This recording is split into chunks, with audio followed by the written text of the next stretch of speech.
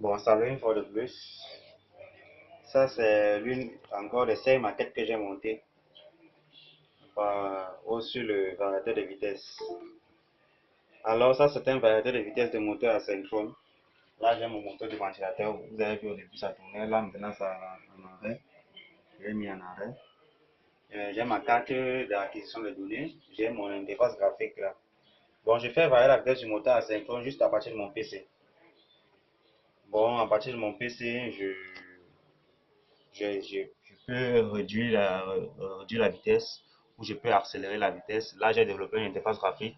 Je fais des commandes à distance. Ici, là, j'ai une caméra pour visualiser le moteur. Mais actuellement, ma caméra n'est rien d'autre que celle de mon PC.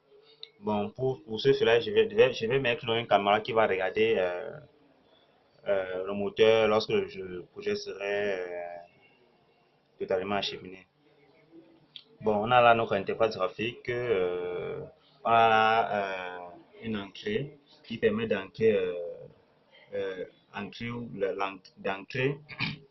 la commande, une des deux lettres, soit Q, soit W. Q pour accélérer et W pour décélérer. Bon, c'est un peu cela. Là, maintenant, je vais remettre le système en marche. Question de visualiser comment le système fonctionne. Vous voyez, lorsque je mets mon système en marche, voilà un peu cela. La lettre qui clignote là signifie que ça signifie que nous sommes en train d'incrémenter la valeur de la vitesse. Bon, si vous avez remarqué, ça ne tourne pas, ça commence à tourner. Vous avez vu, ça a pris, ça a pris. Vous voyez. Maintenant là, je peux essayer de réduire la vitesse avec Q. Je peux essayer de réduire la vitesse. Je vais réduire la vitesse. Là, j'appuie sur Q. La lettre Q sur mon clavier. Vous allez voir, la vitesse va être réduite. Vous voyez, ça tourne doucement. Vous voyez, vous voyez. Je peux essayer d'augmenter. Lorsque j'augmente, ça tourne plus vite. Je vais réduire avec Q. Je vais tourner sur la vitesse que je veux. Voilà. Donc pour augmenter, j'appuie la lettre Q. La lettre W, il n'y a pas assez de lumière sur mon clavier. J'appuie. Lorsque j'appuie, le moteur s'incrémente. Bon, c'est un peu ça. Là, c'est ma carte d'acquisition des données. C'est ici qu'effectivement pour varier cette vitesse, nous on joue sur la tension. Et c'est ici là qu'on a, à partir de cette carte, on abaisse la tension, on sous-alimente le moteur et on alimente le moteur en temps normal. Bon, là, je vais essayer de mesurer la tension au borne du moteur, la tension d'entrée, la tension de sortie au borne du moteur. En entrée, on a combien?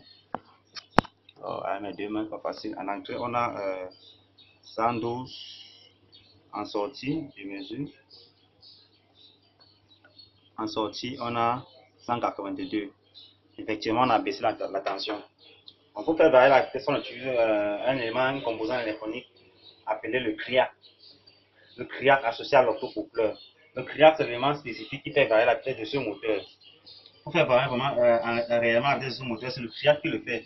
Et dans l'optocoupleur permet juste d'amplifier le courant de la gâchette de ce CRIAC. C'est un peu cela. Là, c'est un peu ça, le film. Le moteur en fonctionnement. Je peux même réduire la vitesse. Je mesure encore la tension. Je mesure la tension qu'on a en entrée. On a en entrée 215. Je mesure la tension en sortie. On a 173. J'abaisse la vitesse.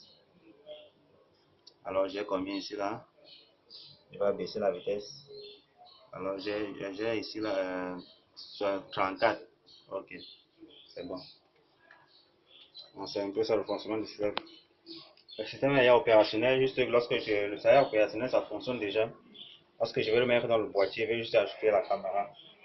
Bon, il faut noter notamment que le logiciel a été développé en Visual Basic. Le logiciel a été développé en Basic. Moi, j'ai développé ce logiciel pour pouvoir commander mon moteur asynchrone. Bon, c'est un peu cela, c'est tout. Merci.